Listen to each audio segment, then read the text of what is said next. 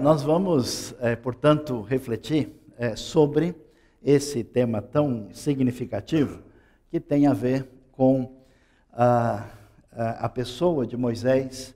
E aí você vai ver, é interessante, a gente não para prestar atenção, mas muita gente imagina que o assunto de religião tem a ver com, basicamente, o mundo espiritual.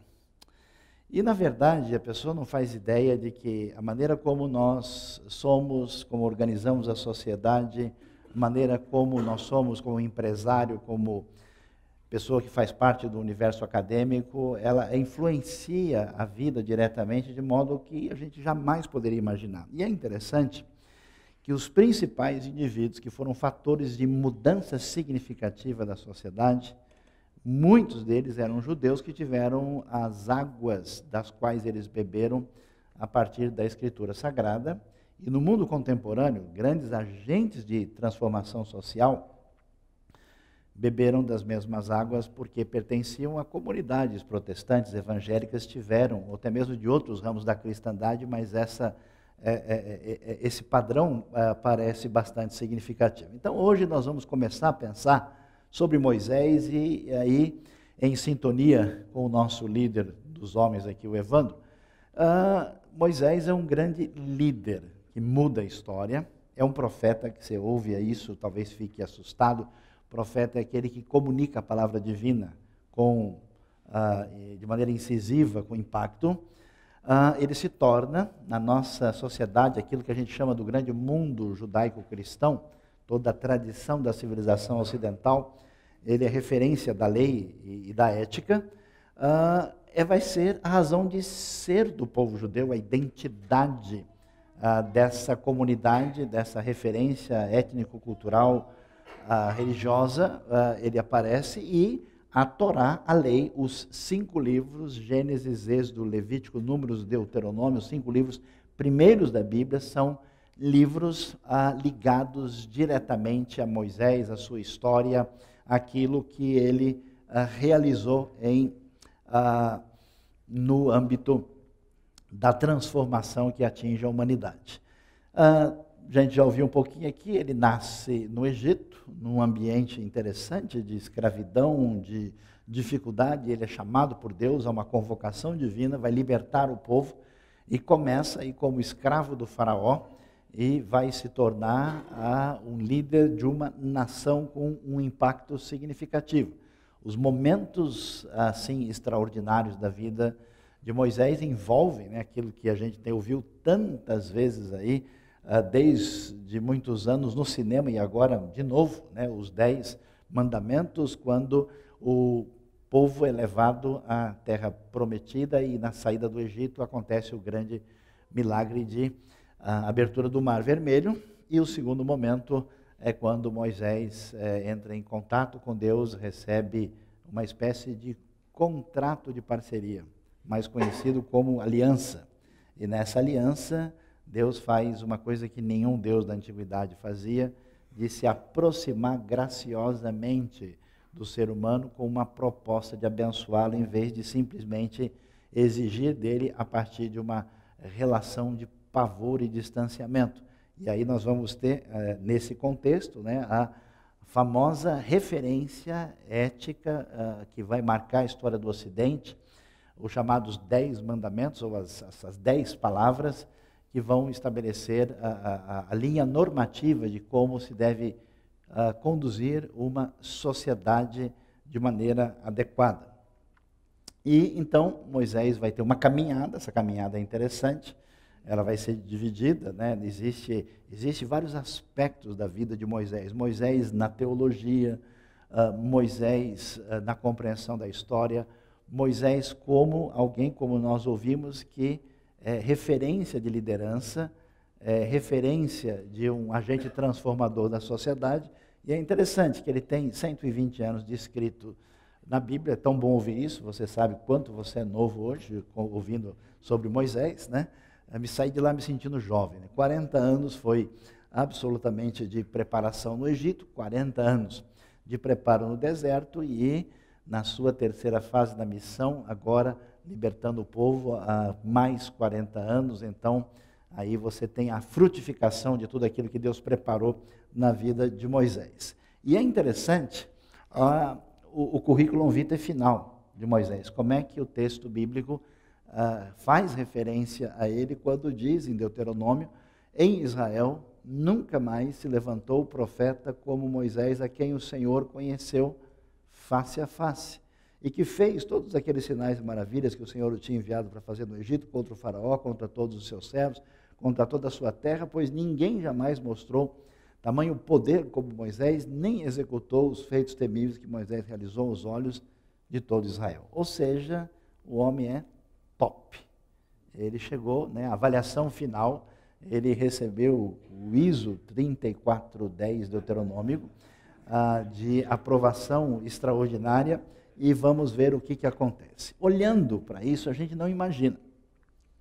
Vamos começar a nossa caminhada de compreensão sobre a decorrência do impacto de Moisés, vendo o que acontece na história da civilização depois de Moisés. O que chegou na sua vida, na sua casa, na sua da experiência do cotidiano que começa em Moisés.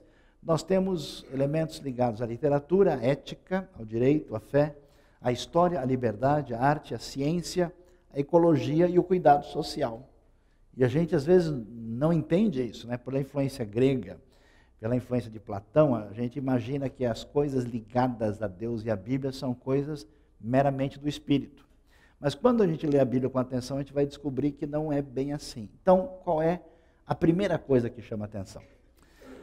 O que chama atenção é que as palavras que são ditas da parte de Deus para Moisés são palavras que não podem ser consideradas efêmeras. Elas não têm como passar.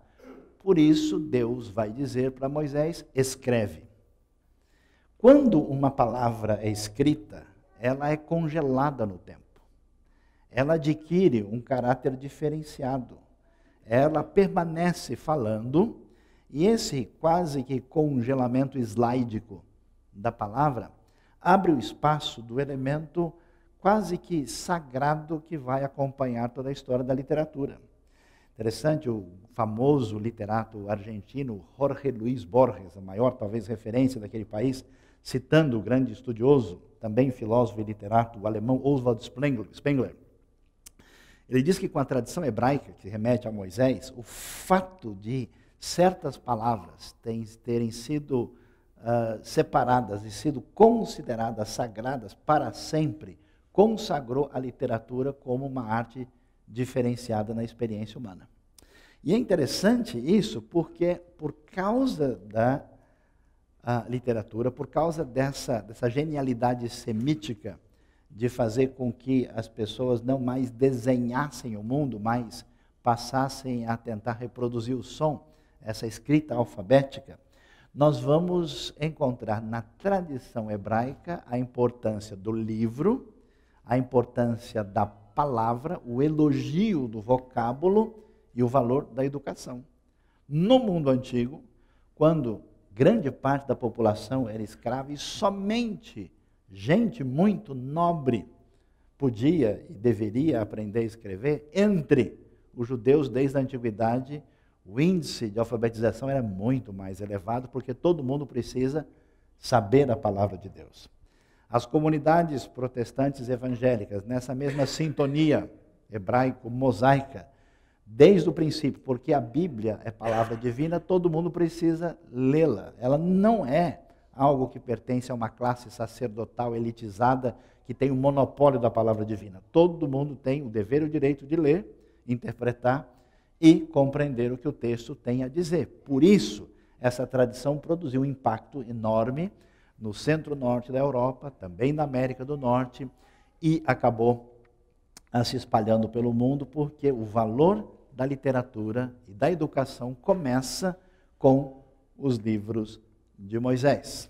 Para você ver como isso é interessante, recentemente, a arqueologia descobriu algo de cerca de 3.500 anos, que é uma coisa que eu não deveria mencionar agora, porque alguns vão se sentir aí em sintonia e vão se revelar, mais ou menos a cartilha Caminho Suave.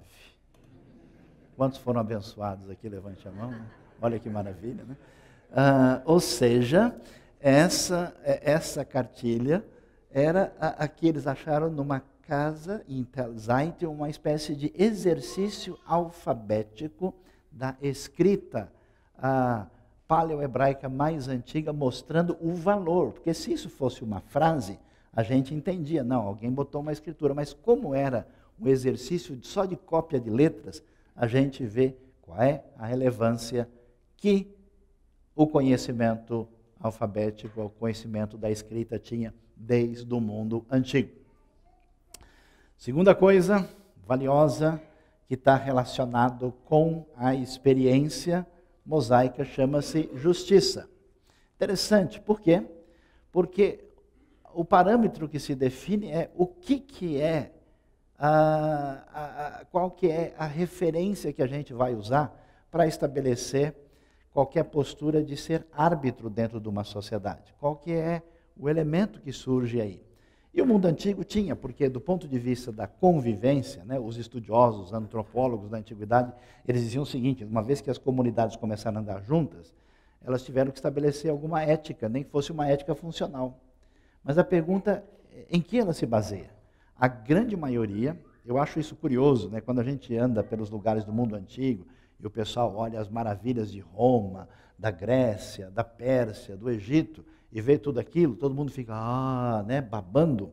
E chega a ser curioso que a sociedade democrática libertária, que admira e baba diante daquilo que foi a marca da opressão da antiguidade, onde meia dúzia de gente poderosa escravizava, matava e fazia o que quisesse, e servia de referência para definir o que era justiça. A Bíblia vai apresentar uma revolução muito grande, dizendo que o Deus que se revela a Israel é um Deus justo, puro e santo, e que, portanto, as suas referências vão ser muito diferenciadas do que acontecia no contexto do mundo antigo. É claro que você vai ler, vai não entender certas coisas, vai ter algumas dúvidas. Pessoas que são velhas de igreja continuam tendo questões e dúvidas a respeito disso, mas quando eles entendem o contexto, o ambiente, onde é que isso surgiu, a coisa fica bastante clareada. Ou seja, a referência da importância da justiça como categoria fundamental de organização da sociedade tem a ver com a experiência de Moisés, porque Deus nos deu a sua lei. Deus nos deu a sua base de organização da vida a partir de mandamentos que nós vimos, 613, que se resumiam a 10 e que Jesus resume em 2. Amarás o próximo e o segundo e o primeiro, amarás a Deus sobre todas as coisas. E o interessante é por que é necessário, que é razoável trabalhar com a ideia de justiça na comunidade humana, porque o ser humano é diferenciado. Mitos antigos diziam, por exemplo, que o ser humano surgiu quando as divindades resolveram cuspir, e aí saiu um homem. E depois os homens saíram cuspindo na beira do rio e surgiram as mulheres. E aí, nesse processo pouco higiênico, né, foi feita a criação. Quando a gente observa essas referências, a gente vê como que o mundo concebia, miticamente, o valor do ser humano. O que a Bíblia vai dizer? No primeiro escrito, tradicionalmente relacionado com aquilo que Moisés significou, diz: criou Deus o homem à sua imagem, a imagem de Deus o criou, homem e mulher os criou, Deus os abençoou, lhes disse: sejam férteis, multipliquem, se encham, subjuguem a terra, dominem sobre os peixes do mar, as aves do céu, todos os animais que se movem sobre a terra. Ou seja, o ser humano possui dignidade intrínseca, ele tem valor por si só, porque a referência do universo é que estabelece o fato dele ser imagem de Deus. Então, um crime contra um ser humano é um crime contra a humanidade. É contra a humanidade e é um crime contra Deus diretamente. É grave, é sério. É uma coisa que estabelece a diferença. Não é a mesma coisa você ir na churrascaria, pensei que muitos fossem dizer amém agora, né? E comer, né, o famoso cordeiro no molho de hortelã, aí eu pensei que eu fosse ouvir aleluia, né? E a picanha, e alguém que pratica canibalismo. A diferença, né, é total, porque o ser humano, a razão da justiça tem a ver com uma dignidade intrínseca. Por isso é interessante que nessa sintonia com o pensamento mosaico, a gente vai ver uma frase que ficou famosa no cinema, o famoso filme A Lista de Schindler, aquele homem ali da região da Cracóvia que resolveu confrontar a postura nazista de extermínio de pessoas, particularmente dos judeus, e o filme ressalta uma frase que vem do Talmud: na verdade, quem salva uma vida salva o mundo inteiro, porque uma vida é preciosa, porque é imagem e semelhança de Deus. Por causa, né, dessa perda de referência, nós temos aí hoje na história humana diversos genocídios cometidos. E o grande susto da sociedade contemporânea é: não, houve um genocídio em tal lugar, mas a gente entende porque aquela comunidade lá, como se diz, né, atrasada. Essa comunidade é primitiva. Mas quando uma comunidade, num ambiente europeu, num ambiente de muito esclarecimento, cultura e formação, caminha nessa direção, como o que aconteceu na época do nazismo, a gente percebe que onde está o problema é a perda da referência. Hoje, a sociedade ocidental, que não muitas vezes deseja ler Moisés, entender com Moisés e especialmente com Jesus, os dois maiores judeus da história, essas comunidades correm o risco de cair no mesmo erro, porque quando você não tem a base para a aplicação da justiça, logo a injustiça toma conta.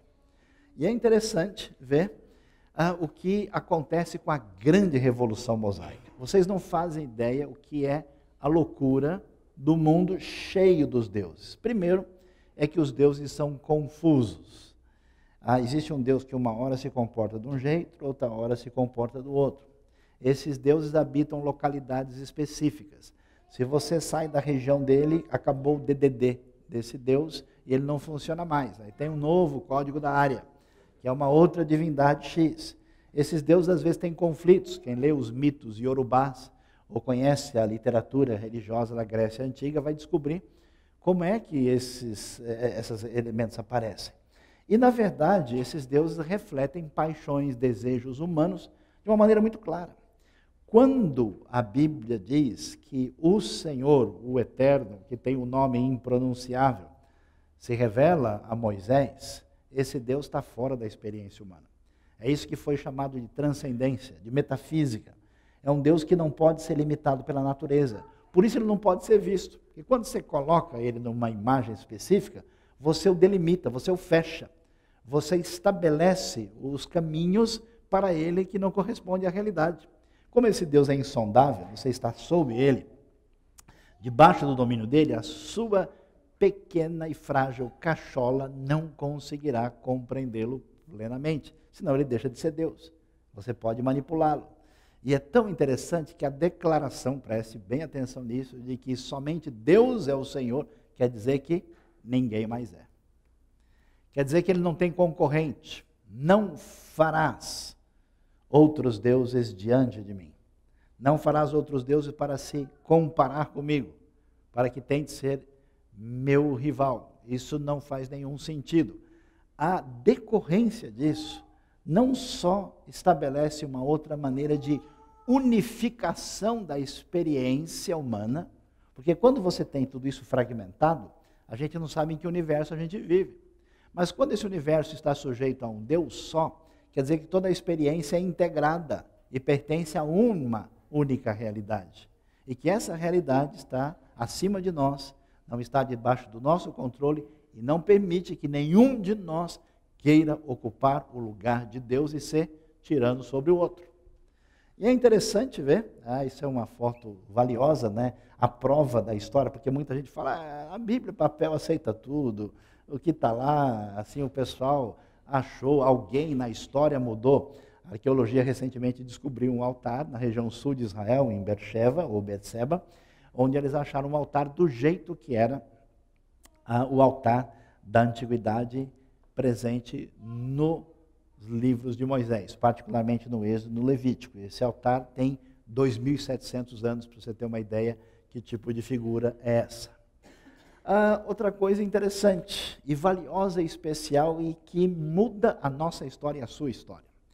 qual era a maneira como os antigos pensavam? Eles pensavam o seguinte, que a gente não consegue melhorar a nossa vida. Por quê? Porque as forças à nossa volta são tão impactantes e determinantes que não dá para resolver nada na vida. Por que as coisas acontecem? Elas acontecem porque o destino determinou. O nosso amor estava escrito nas estrelas, estava assim. Como é que é a música? Caso bem marcado em cartas de tarô, né? Está tudo definido, está fechado. Você não tem onde escapar, a coisa está cercada. Então, ou você é determinado por uma divindade que está sobre você e você não tem escolha, ou você é refém, como a sociedade mais moderna, da sua biologia, não há nada que você possa fazer para melhorar, ou você é refém da sua experiência psicológica, você não pode ir adiante. Os gregos tentaram melhorar isso e, de alguma forma, deram uma sugestão através da luz natural da razão, né? Os grandes filósofos, pensadores gregos que tentaram sugerir, olha, o homem consegue ir adiante, mas eles foram devagar, mas com o Deus que se revela a Moisés, a coisa é diferente. E por que é diferente? Uma das coisas mais extraordinárias é a maneira como eles enxergaram o tempo e como enxergaram a história. Olha que coisa interessante. O mundo antigo enxergava o tempo simplesmente como uma espécie de mito do eterno retorno. Por quê? Porque todo ano, vocês vão descobrir, né, hoje à noite, na virada, o famoso horário de verão, que vocês não verão mais nos próximos dias, e a gente então tem esse negócio das estações e o ciclo anual vai e volta, né? Essa coisa que está nesse fluxo de retorno. Por isso, a maneira de entender o tempo era dependente dos ciclos da natureza. Ou seja, a pessoa achava que indo mais para frente, ele estaria simplesmente no mesmo lugar que ele estava antes. Quando chega a experiência da fé em Deus, com Moisés e com os primeiros livros da Bíblia, a coisa muda. Por quê? Esse tempo natural, esse tempo que é o tempo da experiência da natureza, se reveste de tempo sagrado. E agora, o tempo não é só o tempo da natureza, é o tempo da comemoração das festas do Senhor. E aí vão surgir a Páscoa, as primícias, o Pentecostes, as trombetas, o Yom Kippur, festa da expiação, os tabernáculos. Agora, o que acontece? Um dia, o Deus que é superior a tudo, ele entrou na história. É um Deus que se manifestou dentro do tempo. E como ele se manifestou dentro do tempo, isso significa que o tempo agora tem uma categoria sagrada. E a gente vai ver a realidade já não como uma roda gigante que vai e volta. A gente vê como uma coisa que chama-se passado, presente e futuro. A própria maneira de Deus dizer, você já ouviu falar que Deus falou, eu sou o que sou? Na verdade ele disse, Erie, Asher, Erie, que mais ou menos eu serei aquele que estarei vindo a ser. Porque Deus é dinâmico. Ele então age nesse fluxo do tempo. E sabe que isso trouxe para a gente uma ideia de que a história caminha, que ela tem significado, que o passado deve ser lembrado a partir das suas vitórias. Por isso a gente comemora os grandes feitos do Senhor. E eles comemoravam, pulando e felizes de alegria. E não só comemoram, eles traduzem o passado de novo na experiência do presente e com isso antecipam a vitória do futuro. Por isso o pensamento bíblico é um pensamento otimista, de esperança, porque a vitória pertence a quem está sintonizado com o Deus da história. Daí nasce o pensamento escatológico, nasce essa expectativa e isso é a alma da cultura do Ocidente. Um estudioso da USP, José Van Besselaar, no seu livro Introdução aos Estudos Históricos, ele diz assim, o estudo da história na tradição do Ocidente é a secularização da escatologia cristã. A base começa com o nosso querido Moisés. Dá uma olhada só o que significava, né? Esse calendário baseado na colheita, um calendário agrícola ligado na terra que se reveste de novo significado e passa a ter esse sentido especial. O Deus que é conhecido por Moisés é o Deus da história, do tempo. Hoje nós temos uma civilização sombria, que é depressiva, que não pensa em antecipação vitoriosa do futuro. Esse espírito negativo sombrio, está na rejeição dessa percepção histórica que vem da Bíblia. Que, aliás, nós vamos uma hora falar sobre ele. O nosso amigo Marx disse algumas coisas interessantes, outras nem tão interessantes assim, e das coisas mais interessantes que ele disse, ele tirou da Bíblia que ele leu, não contou para ninguém, que está baseado nesse conceito de história. Por isso o pensamento de Marx é um pensamento que a gente chama historicista. Liberdade e democracia. Vê que coisa interessante? Talvez você nunca parou para pensar nisso. As mulheres, num ambiente onde não tinham liberdade e valor nenhum, chegam para Moisés reclamando para fazer um pedido. Moisés não toca elas de lá. Mas que absurdo, vocês estão me respeitam? Eu sou o famoso Moisés. Como assim vocês vêm reclamar aqui? Ele trata isso numa boa. Leva diante de Deus e o pedido é aceito. Isso é mundo antigo, pessoal. Esse é o mundo em que o sujeito calado já está errado. Ele nasceu, já é para morrer. Ele nasceu no Egito, a vida dele é construir caixão de pedra para o faraó, mais conhecido como pirâmide. Por isso a sociedade antiga é marcada por escravidão e opressão de pessoas no ambiente de Israel. Por quê? Só o Senhor é Deus, ninguém mais pode ser Senhor e ter domínio sobre nada. Só no Israel antigo, o rei tem constituição para obedecer. No mundo antigo, o rei é a lei. Ele falou, acabou. Você lê o Deuteronômio, o Mosaico, 17, diz, o rei não multiplicará para si cavalos. Ué, quem que está falando isso? Quem que vai dizer para o rei o que ele faz ou não? Ele não deverá multiplicar para si mulheres, nem cavalos. Ele não deve ser poderoso. Então é muito interessante que os limites do poder do Estado têm raízes na Escritura. O valor da liberdade se baseia em que todo mundo é igual perante a lei. Por isso, a sociedade de Israel não vai abolir inicialmente a escravidão, mas vai caminhar nessa direção.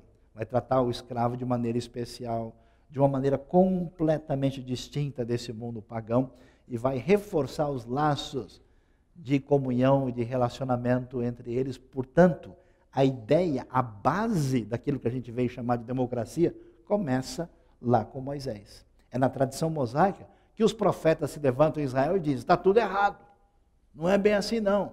O rei, Deus mandou dizer para você que você não está com nada. Que história é essa? Em qualquer mundo antigo isso era impensável. Por quê? Porque o Deus que se revela, a gente nunca percebeu isso, né?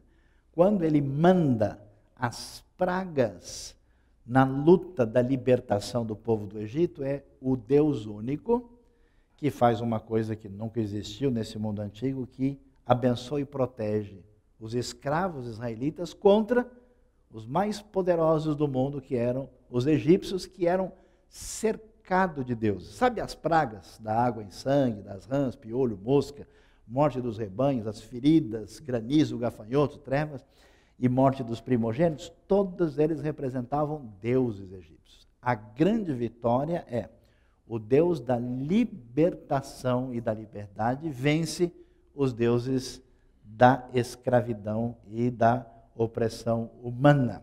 A base da nossa sociedade que anseia por liberdade, preste atenção, quando esses elementos desaparecem, a sociedade começa a perder referência. O Brasil ontem estava sendo julgado internacionalmente por prática de escravidão, assim quase que oficializada nos rincões internos do nosso país, porque esses elementos desaparecem. Hoje, preste atenção, existem mais escravos no mundo do que há 150 anos atrás, porque estamos perdendo essas referências.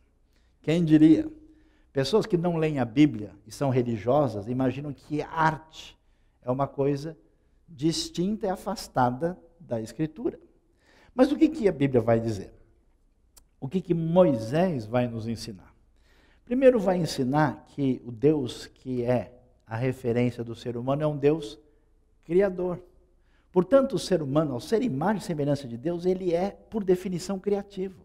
A criatividade é um elemento fundamental da pessoa em sintonia com Deus, que não é fatalisticamente oprimida por um sistema que a destrói. Vamos falar masculinamente, castrador.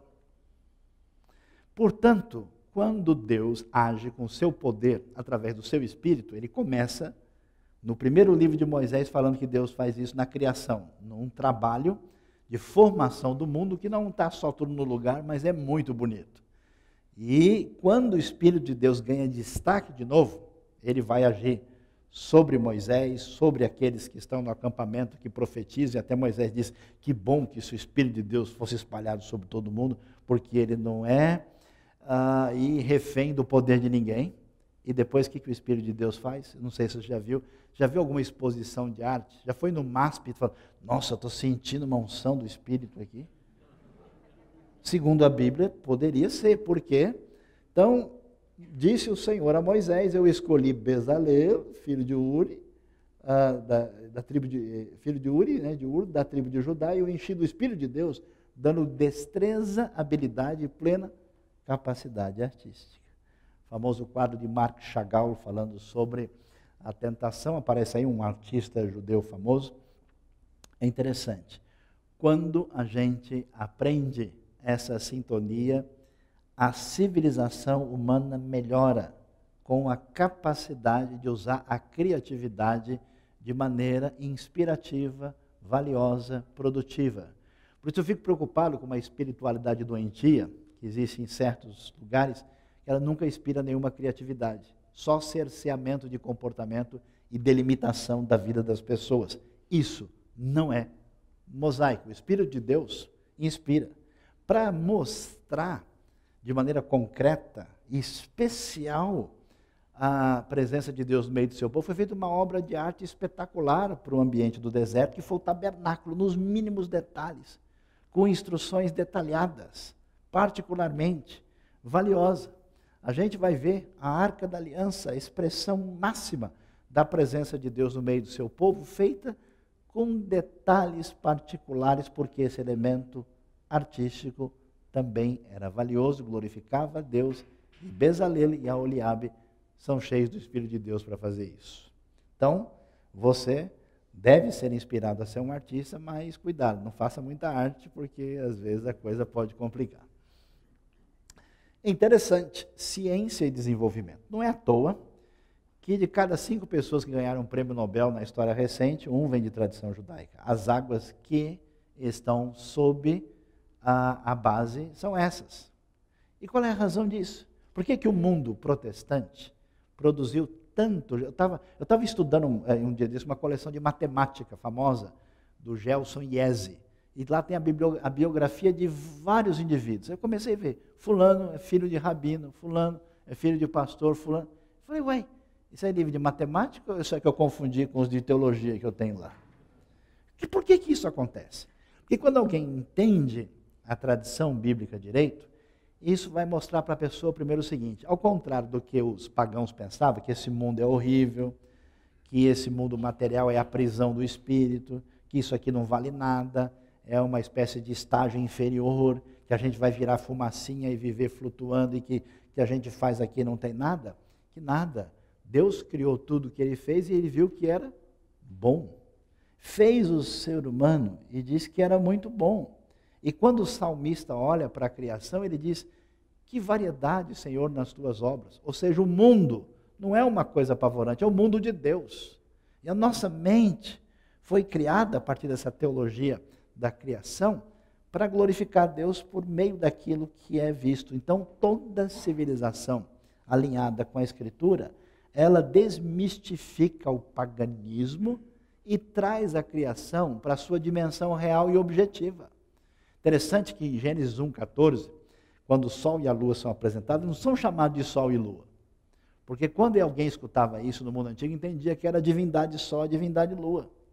Então, o texto de 1,14 diz, Deus criou o luminar maior para iluminar o dia e o menor para iluminar a noite. Ou seja, pessoal, para de bobagem. Essas coisas no céu não são espírito, não são nada disso. Eles são luz grande e luz pequena, entendeu? É o mundo passível de avaliação.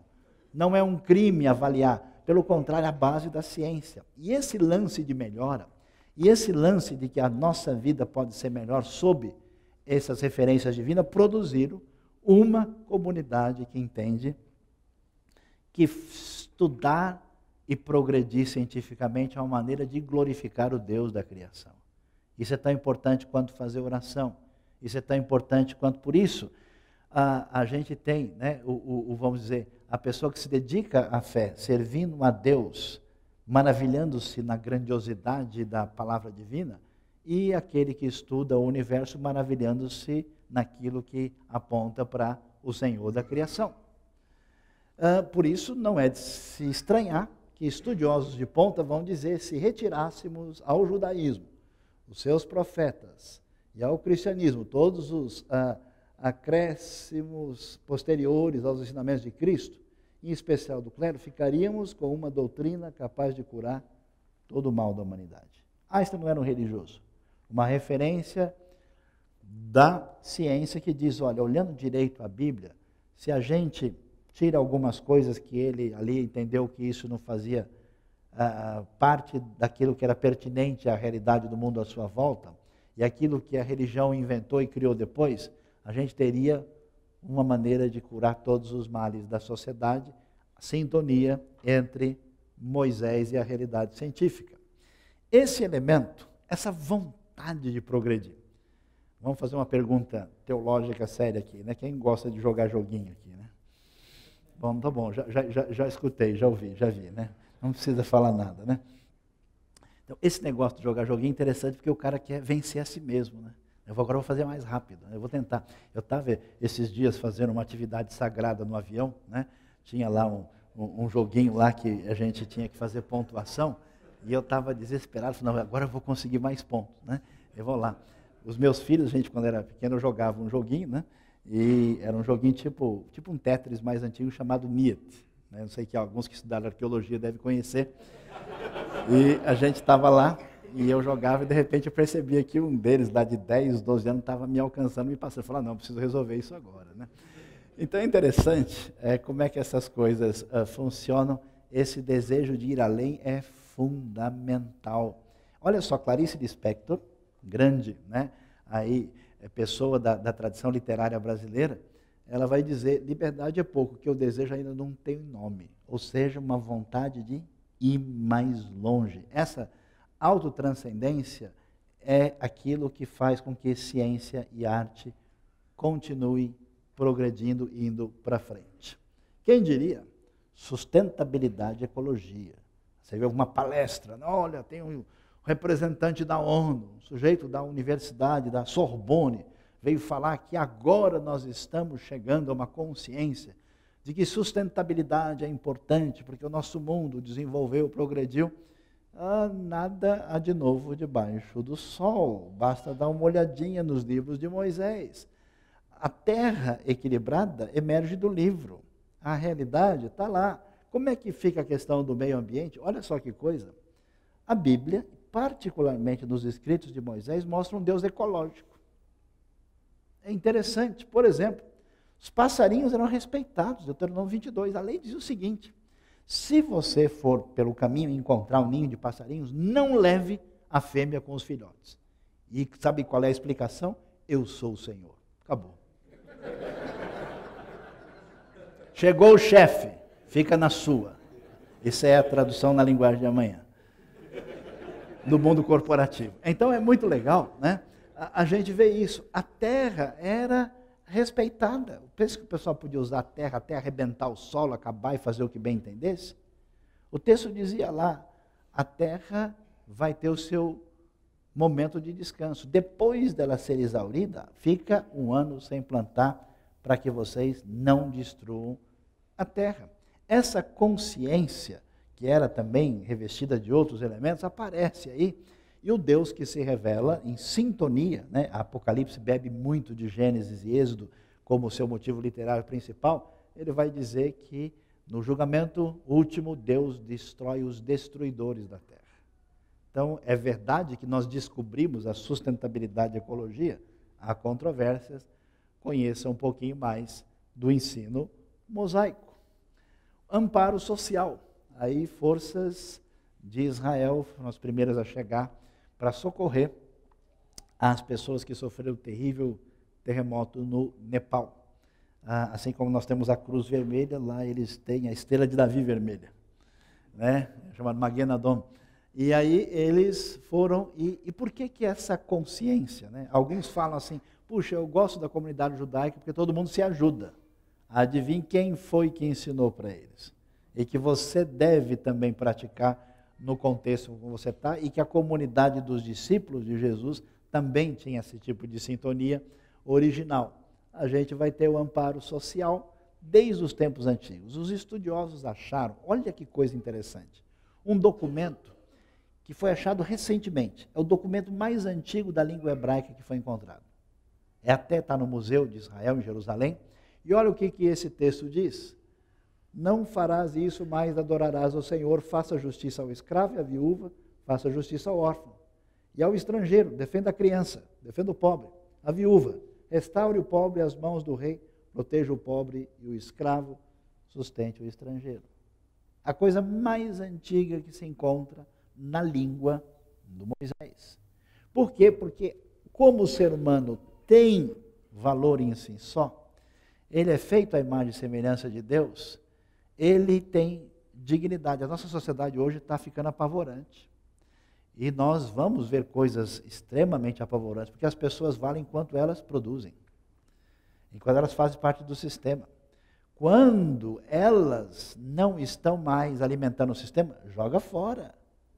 Então, não só coisas complicadas como aborto, matança de crianças, eutanásia perigosa, abandono de gente, como havia no mundo pagão antigo, retornam com força quando o ser humano não vale mais nada. A razão porque o ser humano em dificuldade é amparado, é fundamentado na maneira como a lei de Moisés apresenta. É a base da família, é a base da saúde, porque a saúde não está fundamentada só em elementos biológicos, sem uma convivência social razoável, você não tem como ter saúde. Você vai na casa de uma pessoa, você pensa que até o cachorro dele é perturbado. Toca a campainha lá, o cachorro está... Esse cachorro não é mosaico. Esse é um cachorro dos filisteus que invadiu a casa. Você percebe, né? O gato dele é estranho. Né? Você olha assim e fala isso, aquele jeito de filme de sexta-feira 13, né? Negócio complicado. A sociedade, a fundamentação se dá a partir disso. Diante da compreensão disso, a pergunta é, como é que Deus abençoou esse Moisés de tal maneira que aquilo que atingiu a vida dele e ficou registrado nos escritos de Moisés, como é que ele aprendeu isso? Como é que foi essa jornada? Como é agora que do lado da vida prática, depois de olhar a história da cultura e tudo que a gente viu, como é que da vida prática a caminhada de Moisés fez sentido e vai fazer sentido para quem está na realidade de hoje? Como é que Moisés chegou lá? Qual é o caminho? Vamos dar uma olhada. É interessante. Primeira coisa, diferente. Homem é complicado, né? Homem, você já sabe, você já se liga. E aí, fulano, tudo bem? Ele, Aí você já sabe que de trás desse tem 90% de não. Mas é claro, o cara não vai falar, não, estou mal, estou difícil. Só que se o cara é muito chegado, amigo, ele sempre tenta mostrar que está tudo de boa. Né? Ele tenta cercar, coloca lá um negócio, sempre põe uma panca, sempre dá uma de bom. O cara está morrendo, mas está dizendo, eu sou o rei. Então esse processo é complicado, né? É um processo difícil. E qual é a proposta de Deus? Para com isso, tira a máscara. Aceite a realidade e Deus trabalha para caminhar na direção da exposição das fraquezas.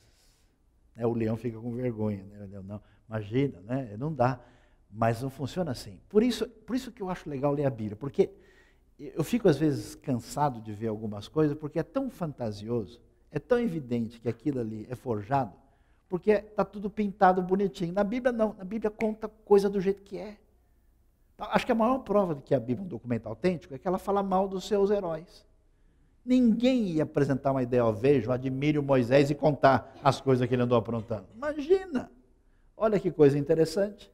Moisés, primeiro, é apresentado como um cara irado, que dá murro no escritório, derruba a mesa, bate em cadeira, nervoso.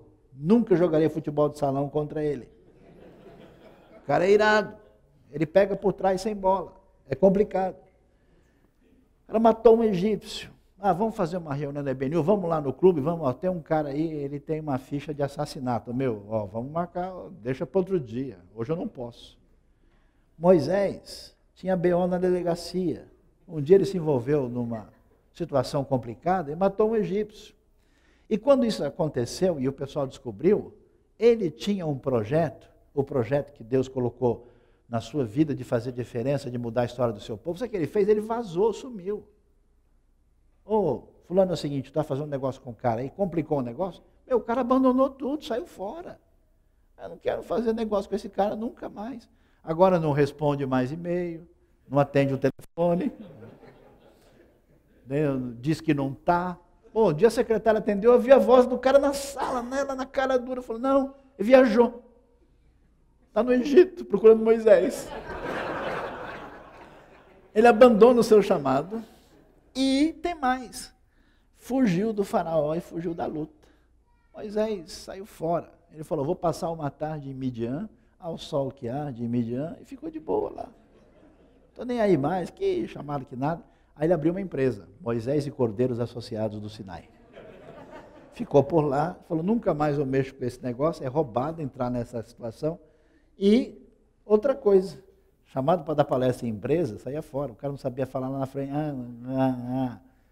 A Bíblia sugere que talvez ele diz que ele tinha língua pesada. Ou ele, não sei se era fanho, ou se era gago. A tradição diz que ele era gago, nem falar direito. Imagina só, tinha problema. E tem mais. Nesse processo todo, quando Deus se apresenta diante dele, você acha que Moisés, eis que eu sou Moisés, um servo do Senhor, então, Senhor, agora que falaste, receberei a tua palavra no meu coração para não pecar contra ti. Que nada. Moisés chegou e disse assim, Deus, estou fora. Imagina que o pessoal vai acreditar que o Senhor me mandou. Você está de brincadeira comigo? Manda o meu irmão Arão, ele que entende do assunto. Eu estou indo, valeu, foi um prazer. E não creu, e quando Deus insiste, não, é com você mesmo, vai, e ele diz, de jeito nenhum. Aí Deus usou um método bem simples, ou você vai. Aí ele foi. Negócio extraordinário. Então é interessante que na caminhada da vida, como homem que aprende com Moisés, a gente tem que jogar limpo. Abrir o coração para, de fato, mostrar onde estão as nossas fraquezas, colocar isso diante de Deus. Muitas vezes compartilhar com alguém que a gente tem condição de ter sintonia para nos ajudar e parar de ficar dando uma de importante, de bom, quando o negócio está complicado. Deixa de bobagem. Assuma a real. O problema em grande parte do mundo é esse. As pessoas querem viver mascaradas. Interessante. Segunda coisa que vai fazer diferença na vida de Moisés é a experiência com Deus. E é muito valiosa essa realidade, por quê? Porque isso é que chama a atenção. O Deus que agiu em Moisés, que agiu na vida de tantas pessoas no contexto judaico, no contexto da fé cristã, ele continua agindo na vida das pessoas. Isso é tão especial e aí mostra para a gente um negócio assim que a gente vê que experiência com Deus não é religião. Não é a pessoa aprender um monte de ritual e ficar repetindo aquele negócio falando qual que é o certo. Isso é bobagem. A experiência com Deus é Deus mexendo na vida da gente. E a Bíblia não fala que o Moisés falou, deu tudo errado, eu estou sozinho nesse deserto, vou procurar uma igreja. Achei uma batista aqui, vou para lá. Não, ele não faz isso, é Deus que vai atrás dele. E a Bíblia diz que Moisés pastoreava o rebanho do seu sogro Jetro, que era sacerdote de Midian. Um dia levou o rebanho para o outro lado do deserto. Chegou a Horebe, o monte de Deus, ali o anjo do Senhor lhe apareceu numa chama de fogo que saía do meio de uma sarça. Moisés viu que, embora a sarça estivesse em chamas, não era consumida pelo fogo. Que impressionante, pensou, porque a sarça não se queima, vou ver isso de perto. Ou seja, Moisés teve uma experiência significativa e valiosa com Deus. A proposta para a gente é, abra a perspectiva da sua vida. Ligue a sua antena. Deus está de olho em você. Deus mexe com a vida da gente. E o que acontece? Uma coisa muito interessante.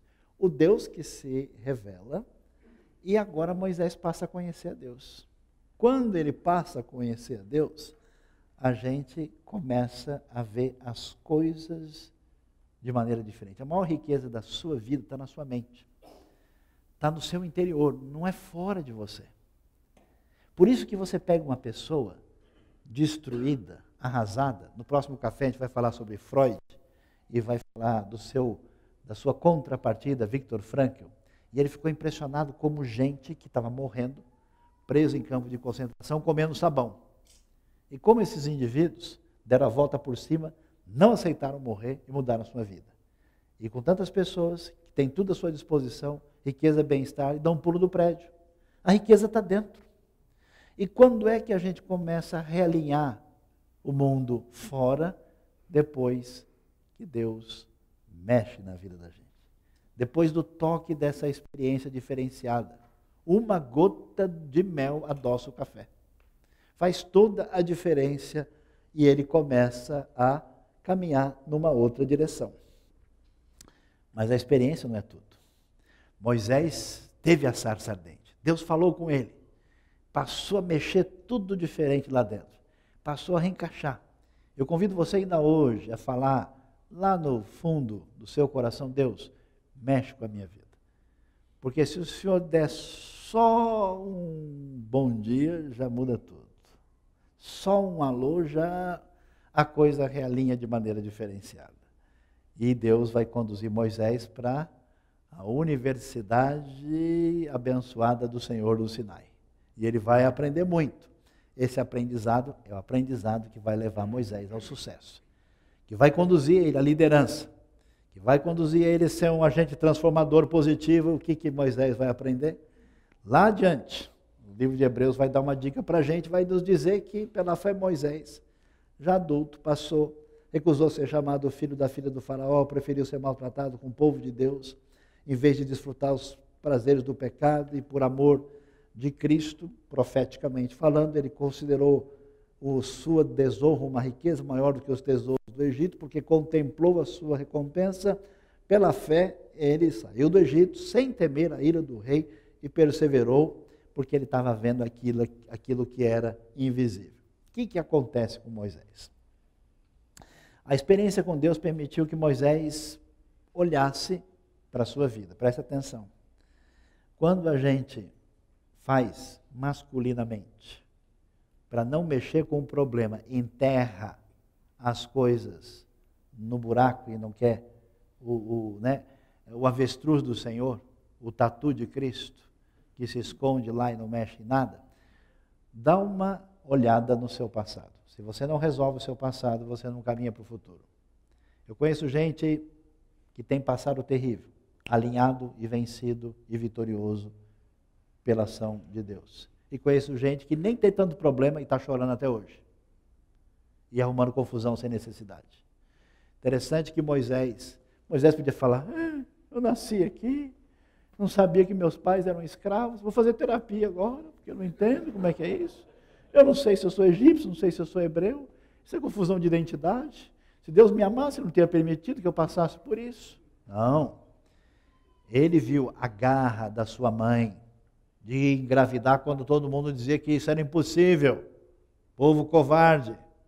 Ele viu a garra dos seus pais de não temer a ira do faraó. O faraó não manda, quem manda é o Senhor. Eu vou encarar. Ele viu a hombridade e viu a grande situação. Em vez de ele reclamar das duas culturas, ele falou, eu vou mudar isso aqui. Eu vou fazer diferença. O legado dos pais, a vida difícil, o aprendizado egípcio, tudo isso serviu para que Moisés caminhasse na direção certa. Pare de chorar, seja homem. Encare a realidade do jeito que precisa ser encarado. Tomando decisões certas e difíceis. É complicado. Você vai fechar um negócio com o sujeito, surge um impasse, não vai. Mas se acontecer isso? Mas se der problema lá na frente? Mas e se a crise aumentar? Ninguém faz nada desse jeito. É só com medo. Você pensa que Deus falava, então Moisés orou a Deus e pediu que Deus o ajudasse. Deus diz, Moisés, vai descansar na rede, eu resolvo para você? Que nada. Pelo contrário, eu acho legal, sabe por quê? Deus complica ainda mais. Moisés vai lá e vai conversar com o faraó. E Moisés vai, tá bom, senhor, não tem jeito, eu vou. E quando você for, eu vou endurecer o coração do faraó. Aí fica mais legal, mais emocionante, né? Moisés tem que tomar decisões. O que acontece? Moisés, você quer fazer o projeto? Não dá para fazer morando no palácio. Você vai ter que abrir mão. Mas Deus, abrir mão do Ramsés Grill toda semana, meu camelo BMW que eu tenho especial lá. Moisés, você vai ter que fazer isso. Moisés vai ter que abrir mão do luxo para fazer o seu projeto. E para a gente caminhar na vida, a gente tem que fazer decisão que tenha custo. Não aposte no lucro fácil e imediato. Tem gente que não sai do lugar na vida, porque ele só faz o que é mais fácil. Síndrome da água de chuva. Se tiver buraco, eu estou descendo. Se tiver descido, eu vou. Ah, tem que subir um pouco? Ah, então não. Né? Igual o cara que era tão preguiçoso, que ele ficava na porta da igreja, e ele resolveu vender amendoim. Aí o pessoal falava, amém, e ele, duim, tentando ver se vendia alguma coisa. Assim não rola, galera. Aprendendo a lidar com pessoas.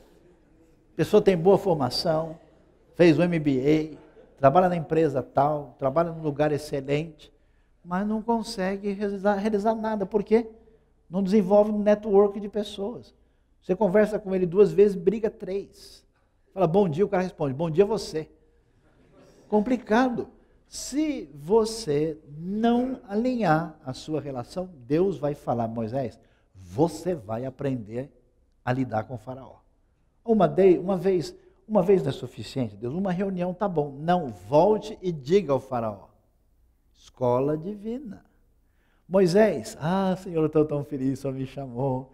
Eu agora vou abençoar o povo de Israel, vou fazer diferença, vou lá. Quando ele foi ajudar, os caras começaram a brigar na frente dele.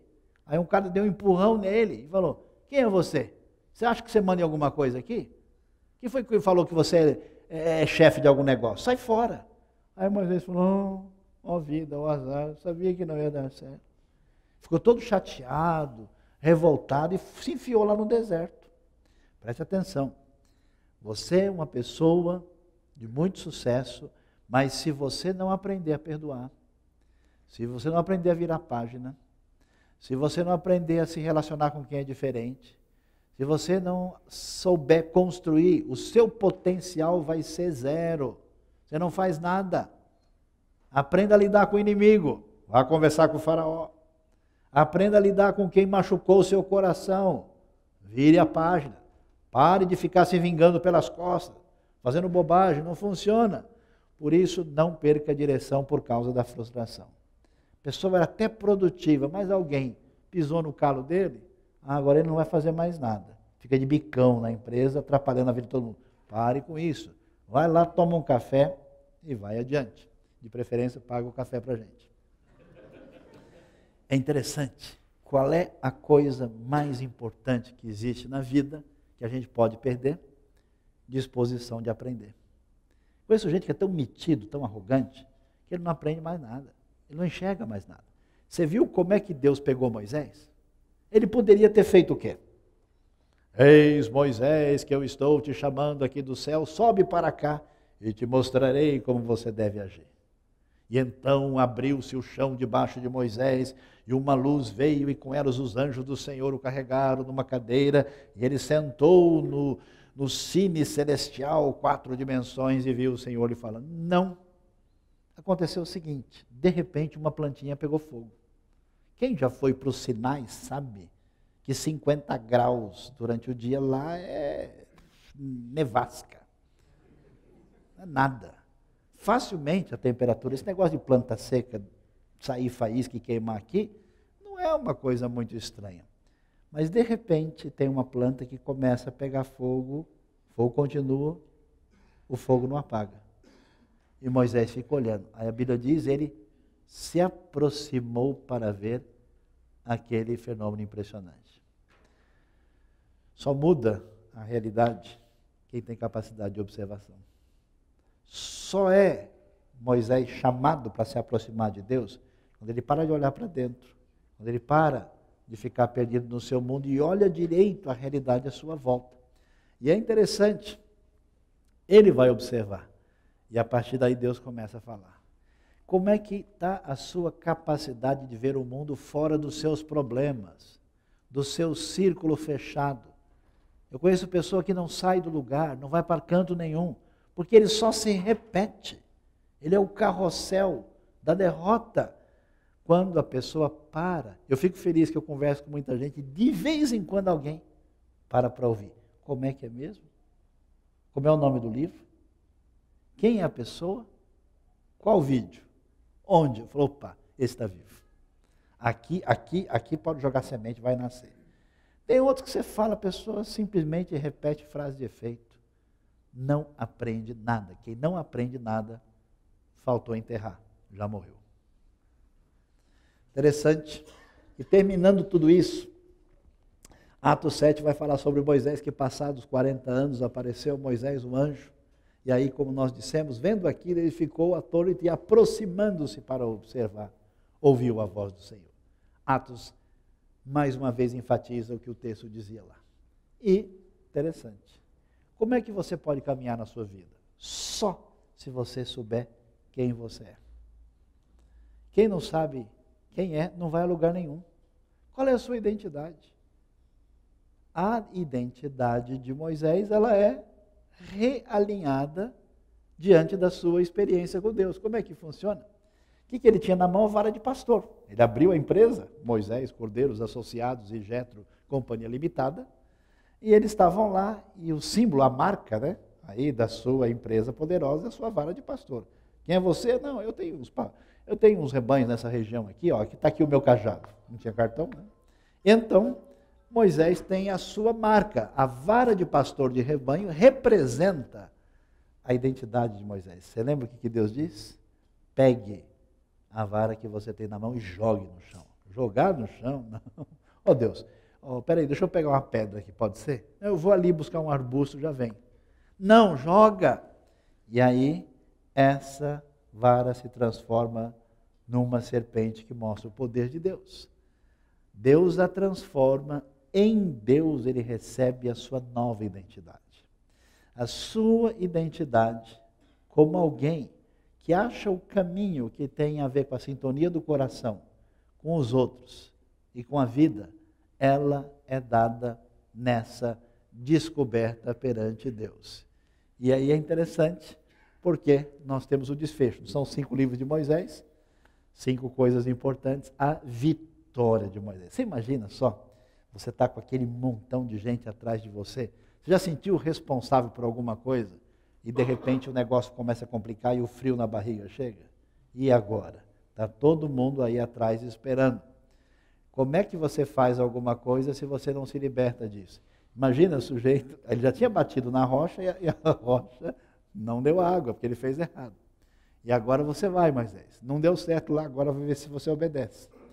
Pode tocar a vara no mar, que o mar vai se abrir. Aí Moisés olha para trás, o pessoal, oi, o faraó está chegando, bom dia, tudo bem aí? Não é, Moisés, vamos? Vai. Como assim? A coragem. E se eu tocar e não abrir? O pessoal vai me afogar aqui. Aí agora você abre o mar, nós vamos usar você para abrir. Então, o negócio é difícil. O que vai acontecer? Sucesso real vem pela dependência e fé em Deus. O que complica a nossa vida? A ansiedade. Moisés foi trabalhado a lidar com isso. Na sua ansiedade, jamais ele conseguiria chegar lá. Insegurança. É impressionante como essas coisas são, de fato, um empecilho que atrapalha a vida das pessoas. Medo. Revolta. Ah, Deus, o pessoal está desobedecendo de novo, eu vou largar tudo, eu vou embora, não dá mais. Vou largar esse negócio aqui. Eu conheço gente que nunca para em lugar nenhum e não vai adiante, porque não tem essas coisas debaixo da ação de Deus alinhadas no seu coração. E tantas vezes a questão é simples, é egoísmo. Sem a escola divina, a gente não vai adiante, não chega à vitória que depende da fé. E a Bíblia vai terminar dizendo o seguinte, sabe tudo que Moisés fez? Isso é interessante, você tem que entender que vai além da razão, vai além da capacidade, vai além do cálculo, vai a partir de uma convicção de que eu serei vitorioso debaixo da graça de Deus. Quem está assim no mercado passa na frente de todo mundo. Ele antecipa com um coração que transmite segurança. E a Bíblia diz que Deus tirou todo mundo de lá, fazendo sinais e maravilhas, e eles foram vitoriosos através daquilo que representou a fé de Moisés. Isso quer dizer que Deus age pelos princípios da fé. E isso é interessante. O mundo transformado. O que é isso aí? É simplesmente a vara. Pois é, agora ela se torna uma serpente. Coloca a sua mão aqui, ela está curada ou ela não está curada. Coisas comuns tornam-se milagrosas e fazem diferença. Somente quem entende a sabedoria profunda e que não pode ser compreendida simplesmente pela razão, vai entender o que significa isso. Portanto, seja vitorioso com o Deus de Moisés. Amém? Para encerrar, eu queria que a gente visse um vídeo agora provocativo. Por quê? Como pode esse Moisés ser parte de um povo que foi escravo? Como ele pode ser uma pessoa vitoriosa no meio de um lugar onde tanta gente morreu? Como pode esse Deus ser Deus tão valioso e Moisés ser o seu representante e nos ensinar, se tanta coisa aconteceu, acontece e tem acontecido com pessoas aparentemente vitoriosas? Esse problema tão difícil, como é que a gente pode entender? Eu vou convocar um estudioso renomado indiano que se aproximou do entendimento de Moisés e de Jesus para ajudar a gente a entender, e aí a gente termina a nossa reflexão sobre Moisés. Vamos lá? This question is for Rabbi. You mentioned the story of that, I think you said he was Jewish and he was shot by, at that, I think it was a concentration camp or something like that. And I'm going to play the devil's advocate for a bit and pretend I'm Sam Harris. No pun intended, of course. You stated that God was watching. God watched the gentleman pull the trigger. If God was watching, why didn't he make that trigger not work? Why didn't he make that poor individual just pass out while he was digging the grave? Okay. I believe Sam Harris would ask that type of question and demand an answer. Yes, I appreciate that question. Playing the devil's advocate, you said that why didn't God keep the man from pulling the trigger rather than allowing the man to pull the trigger and then watch over him and bringing about some kind of judgment? I would say this to you, that the supreme ethic that God has given to us is the ethic of love. It is the peak of all intellectual and emotional alignment. This thing we call love, which places value upon the other person of worth and as something to be protected. It was interesting, of all people, it was Oscar Wilde who on his deathbed in his 40s, by his lover by his side, Robbie Ross, he turned to Robbie and he said, "Did you love any one of those little boys for their own sake?" It was an incredible question to ask by a man who was a hedonist on his deathbed in his 40s. And he said, "Robbie, did you ever love any one of those little boys for their own sake?" And Robbie Ross said, "No, I can't say I did." He said, "Bring me a minister. Bring me a minister." And it was in his magnificent poem, The Ballad of Reading Gaol, that Oscar Wilde said, "Only Christ was big enough to cleanse his heart and forgive him for all that he had done." The point even the hedonist realized was that in pleasure also, value and love are the supreme ethics that can be treasured. But you can never have love without intrinsically weaving into it the freedom of the will. You cannot have love without the freedom of the will. If you are compelled by some machine to a certain decision, you can never love. You can comply, but you will never be choosing to express that sentiment and the reality of love. If love is the supreme ethic, and freedom is indispensable to love, and God's supreme goal for you and for me is that we will love Him with all of our hearts and love our neighbors as ourselves, for Him to violate our free will would be to violate that which is a necessary component so that love can flourish and love can be expressed. If you're asking for God to always stop the trigger, why not God stop everything else? Next time you hold a cup of boiling water, He makes it frozen water instead. Next time you're about to cross the street and you're going to be hit, He pulls your leg back. What you're asking for is a different entity than humanity. As wonderful as it may seem that in stopping that you think He is protecting you from that which is destructive, the greatest denial that you're asking for is the freedom of your will to be able to choose and to love God with all your heart and all your soul. When you've got love as the supreme ethic and the freedom of the will to choose that love, all of the other contingencies come in and can become explained why it is possible to either choose or to reject so that love can ultimately reign supreme. If you want compliance and some kind of a mechanical response, your question itself will self-destruct. You're asking the question because you're free to ask it, and you're free to ask it because you're free to love. And when you love Him, in spite of all of the contraries that you see around us, you're trusting Him for having the supreme wisdom and the knowledge to ultimately bring a pattern out of it all. We think, for example, we know so much. The story is told in Mideastern folklore of this man who lost his horse that ran away. And when the horse ran away, the neighbor came to him and said, "You know, bad luck, isn't it? Your horse is gone." He said, "What do I know about these things?" A few days later, the horse came back with 20 other wild horses. And the neighbor came and said, "Amazing, it's not bad luck, it's good luck. You've got 20 more." Man says, "What do I know about these things?"